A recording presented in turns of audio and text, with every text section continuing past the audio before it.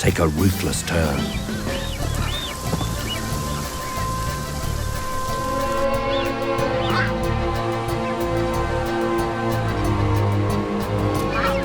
Boobies can hatch 2 chicks, but one will be 5 days older and 5 days stronger than the other.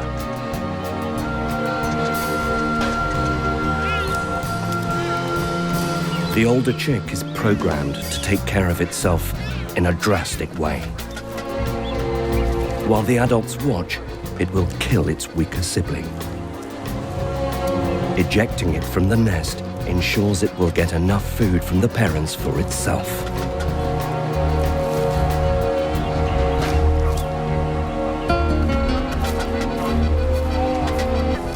The second chick becomes rich picking for the crabs, and life goes on.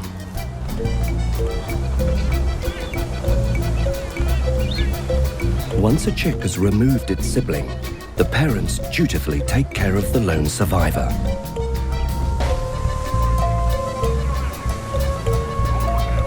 It's nature's insurance policy.